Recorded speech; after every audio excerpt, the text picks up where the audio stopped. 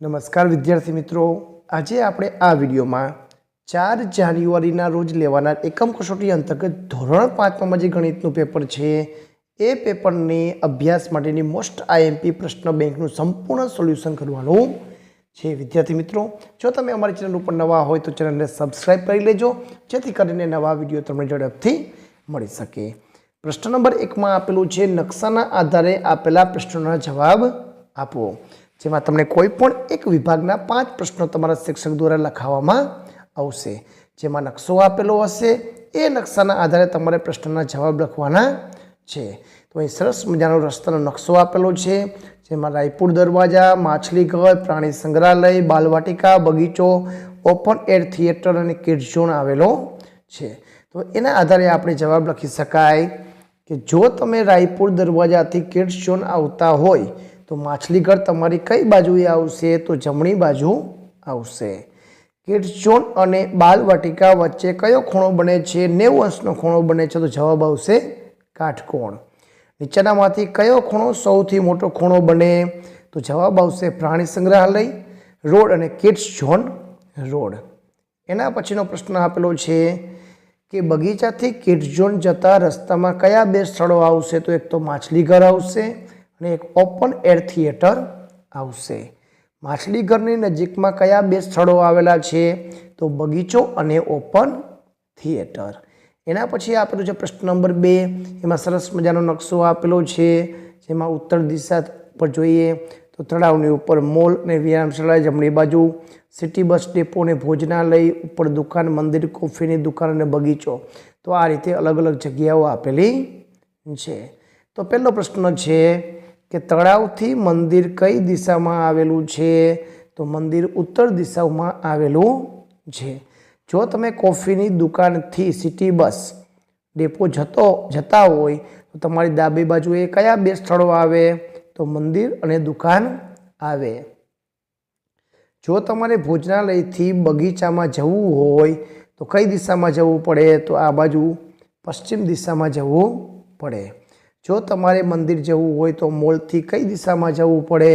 તો મંદિરમાં ઉત્તર દિશામાં જવું પડે। મંદિરથી પૂર્વ દિશામાં કયા સ્થળો આવેલા છે? તો દુકાન અને સિટી બસ આવેલા છે। તો આ રીતના વિદ્યાર્થી મિત્રો તમને અલગ અલગ નકશા આપેલા હશે, એ નકશાના આધારે તમારે પ્રશ્નોના જવાબ લખવાના છે। તો અહીં નકશો અને પ્રશ્નો આપેલા છે, એનો અભ્યાસ તમે કરી લેજો। આપણે ભાગ નંબર 2માં બધા જ પ્રશ્નોનું સોલ્યુશન આપણે કરશું। અહીં ચોથો નકશો આપેલો છે, એના પ્રશ્નો આપેલા છે। પ્રશ્ન નંબર 2માં આપેલું છે સૂચના મુજબ જવાબ આપો। કોઈ પણ એક વિભાગ તમારા શિક્ષક દ્વારા 5 માર્કમાં લખાવવામાં આવશે। અહીં નાના ચોરસનો એક વખત ઉપયોગ કર્યા પછી ફરીવાર ઉપયોગ કરવો નહીં। તો ઉપરની આકૃતિમાં 3/10 ભાગમાં ટપકા કરો, તો 10 ભાગમાંથી 3 ભાગ છે એમાં આપણે ટપકા કરી લેવાના છે। તો 10 ભાગમાંથી 3 ભાગમાં આપણે ટપકા કરશું। બીજો પ્રશ્ન, ઉપરની આકૃતિમાં 2/10 ભાગમાં લાઈન દોરો, તો 10 ભાગમાંથી 2 ભાગમાં આપણે લાઈન દોરી લેવાની છે। આકૃતિમાં 1/10 ભાગમાં આચ્છાદિત ઘાટું કરો, તો આપણે એક ભાગ આપણે એનો વ્યવસ્થિત ઘાટું કરી લેવાનું છે, આકૃતિ દોરવાની છે। કેટલો ભાગ બાકી રહેશે? 4 ખાના ભાગી રહ્યા, તો 4/10 ભાગ બાકી રહ્યો।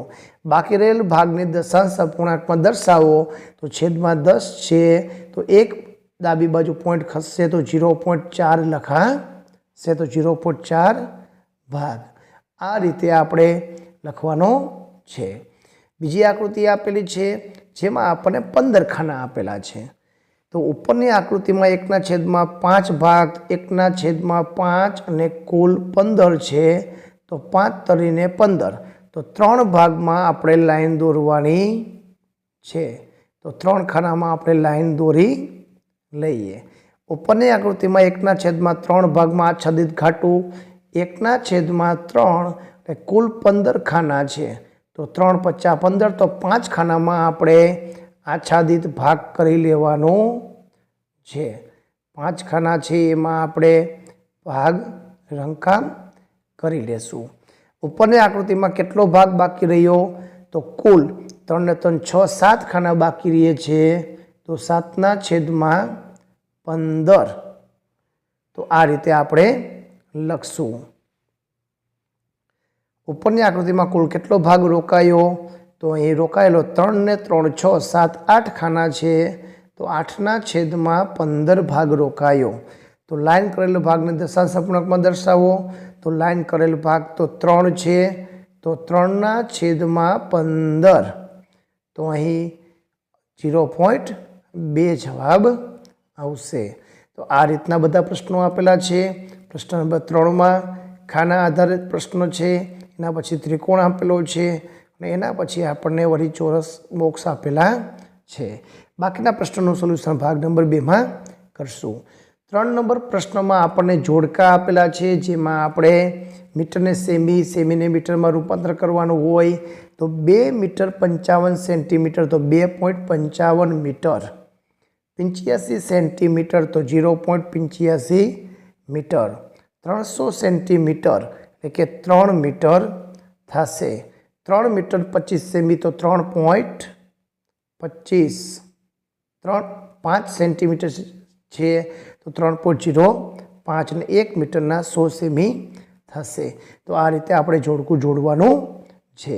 બીજા જોડકામાં આપેલું 0.5 સેન્ટીમીટર, તો એને આપણે દર્શાવવા જશું તો 5 મીમી થશે.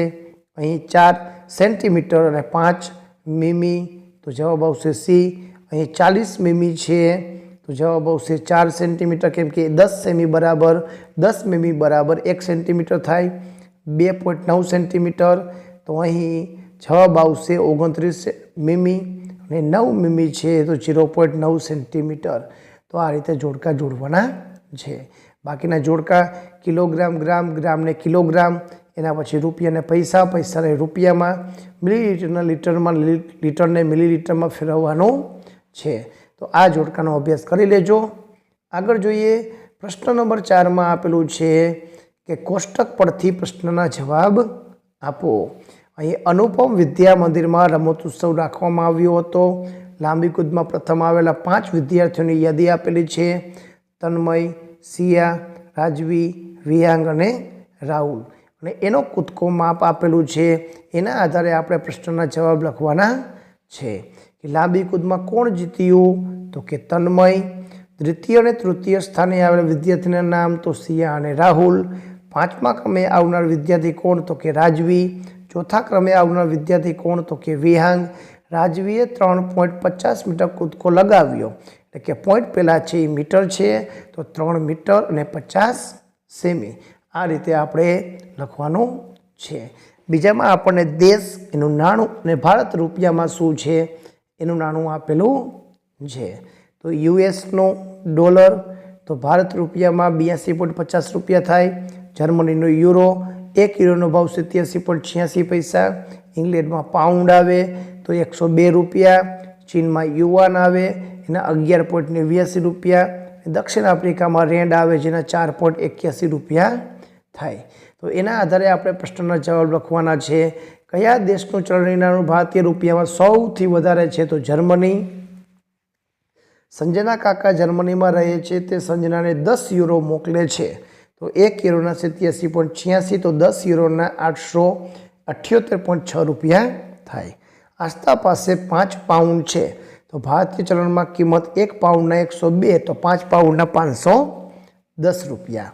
રિયાના માસી તેના માટે ચીનથી એક ભેટ લાવે જેની કિંમત 50 યુઆન. 1 યુઆનના 11.89 રૂપિયા, તો 50 યુઆનના 594.5 રૂપિયા. આયુષ પાસે 100 પાઉન્ડ છે, તો તેને કેટલા ભારતીય રૂપિયા? 1 પાઉન્ડના 102, તો 100 પાઉન્ડના 10,200 રૂપિયા. તો આ રીતે આપણે પ્રશ્નના જવાબ લખવાના છે. વિભાગ 3માં આપણને ફળ, કિગ્રા અને એનો ભાવ આપેલો છે. એના પછી વિભાગ 4માં શાકભાજી અને એનો 1 કિલોનો ભાવ આપેલો છે. વિભાગ 5માં વસ્તુની સંખ્યા અને એનો ભાવ આપેલો છે, જેના આધારે આપણે જવાબ લખવાના છે. પ્રશ્ન નંબર 5માં આપણને દશાંશ સ્વરૂપમાં રૂપાંતર કરો. વિદ્યાર્થી મિત્રો, છેદમાં 10 હોય તો 1 પોઈન્ટ ખસવાનો, 100 હોય તો 2 પોઈન્ટ ખસવાના, કોઈના 1ના છેદમાં 2 તો 0.5, તો આપણે એને પોઈન્ટમાં અલગ અલગ દર્શાવવાના છે. તો અહીં જવાબ આપેલા છે, એનો અભ્યાસ તમે કરી લેજો. બીજામાં આપણને દશાંશ અપૂર્ણાંક આપેલું છે, એને આપણે સાદા અપૂર્ણાંકમાં લખવાના છે. તો આ હતું ધોરણ 5નું ગણિતના પ્રશ્ન બેંકનું સોલ્યુશન. આવી બીજી પ્રશ્ન બેંકનું સોલ્યુશન મેળવવા માટે અમારી ચેનલને સબસ્ક્રાઈબ કરો. વિડીયો ગમે તો લાઈક કરજો, તમારા મિત્રોને શેર કરજો. આભાર, ધન્યવાદ.